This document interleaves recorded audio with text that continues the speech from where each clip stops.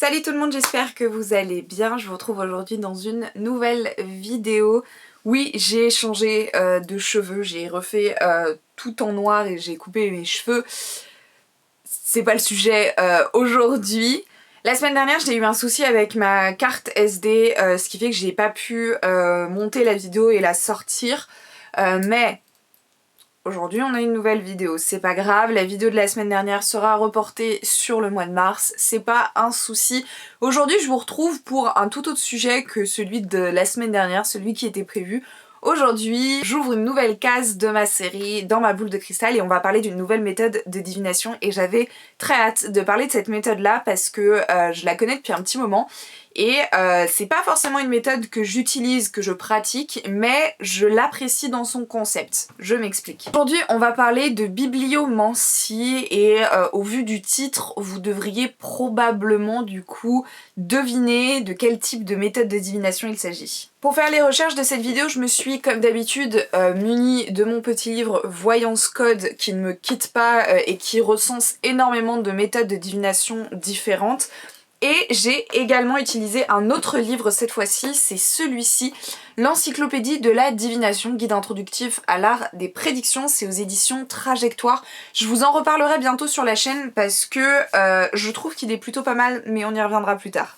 Alors, on va commencer avec la page Wikipédia de la bibliomancie, du coup pour savoir un petit peu de quoi on parle. Du coup, sur la page Wikipédia, on apprend que le mot bibliomancie vient du grec biblia et du terme manteia, qui signifie divination. On l'avait déjà vu dans l'introduction à la divination. Et le terme grec biblia renvoie évidemment, vous l'aurez compris, au livre. Donc là, on parle d'une méthode de divination qui a un rapport avec les livres. Wikipédia nous décrit cette bibliomancie comme étant une pratique divinatoire consistant à ouvrir au hasard un écrit, c'est-à-dire un livre sacré, un recueil de poésie, etc., et à en tirer de la lecture d'un passage choisi au hasard aussi également, une prédiction ou une décision.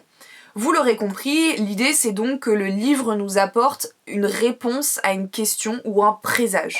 On apprend aussi via Wikipédia que effectivement, support en lui-même importe peu tant qu'il s'agit d'un écrit. À ce moment-là, ça rentrerait du coup dans de la bibliomancie. Par contre, il y a des petites sous-genres, on va dire. Par exemple, on apprend toujours sur Wikipédia que si jamais le livre choisi est un recueil de poésie, à ce moment-là, ce procédé s'appelle parfois la stichomancie. Donc sticho qui vient du grec stikos qui signifie vers. Et parfois ça s'appelle aussi la rhapsodomancie puisque ça viendrait du grec rhapsodos qui signifierait récitation. Alors il faut savoir que c'est une pratique qui remonte à l'Antiquité.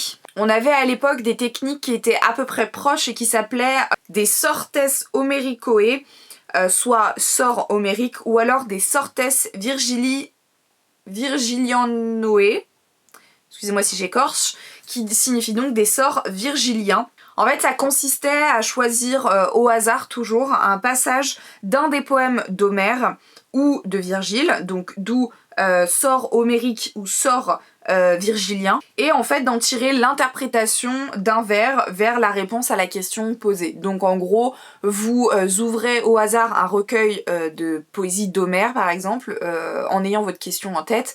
Vous tombez sur une poésie avec un vers et le vers va être en gros l'interprétation de votre réponse. C'était une méthode qui était fréquemment utilisée dans l'Empire romain.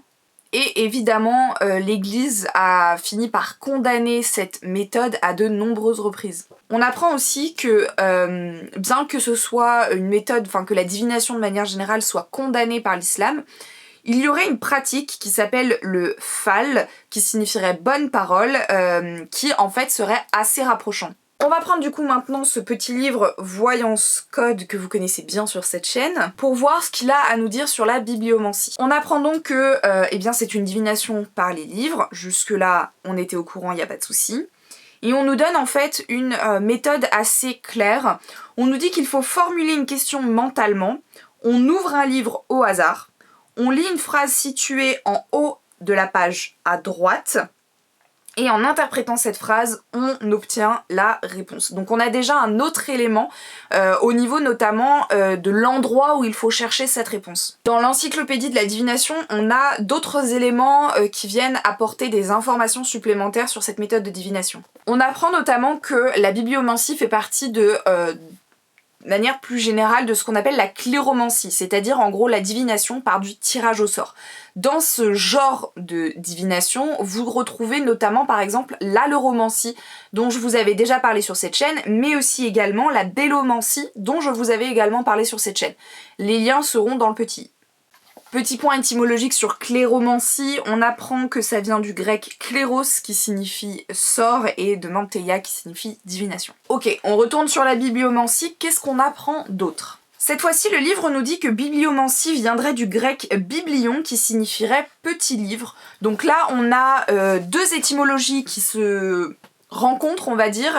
En soi, c'est pas forcément bien grave puisqu'en fait elle ne se conteste pas. On reste dans l'esprit du livre qui en fait en soi la base de cette méthode de divination là. On nous donne du coup une autre méthode, on nous dit fermez les yeux en vous concentrant sur votre question.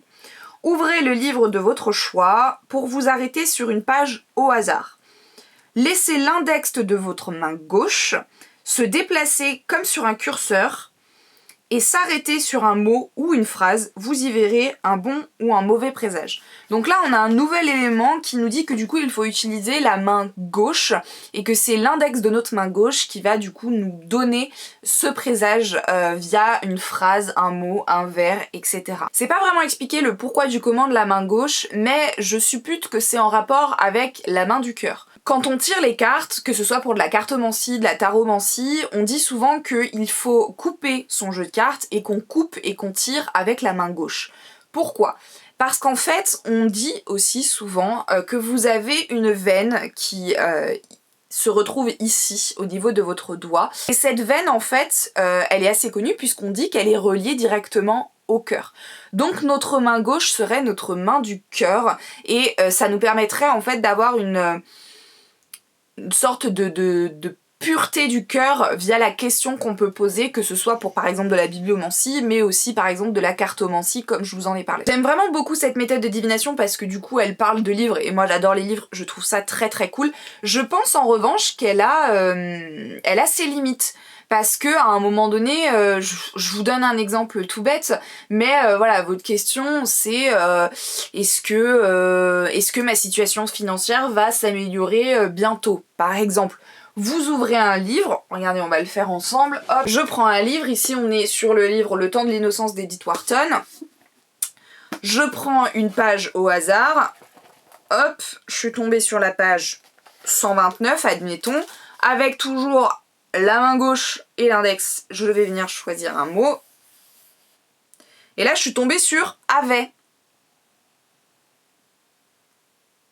Et en fait, je pense sincèrement que justement pour ça, elle a ses limites. Originellement, cette méthode de divination est notamment utilisée avec des textes sacrés. Donc par exemple la Bible, ce qui fait que forcément, comme la Bible est un texte sacré en rapport avec une religion, donc avec un côté très mystique, avec un côté spirituel, je pense qu'il était plus facile d'interpréter en fait derrière le mot qu'on pouvait retrouver. De même, la méthode de divination qui était aussi utilisée durant l'Antiquité, c'était donc, comme je vous disais, les sorts homériens ou les sorts virgiliens. Et là, il s'agissait de poésie. Donc c'était peut-être aussi beaucoup plus simple d'interpréter et de tomber sur un bon mot pour obtenir la réponse à notre question.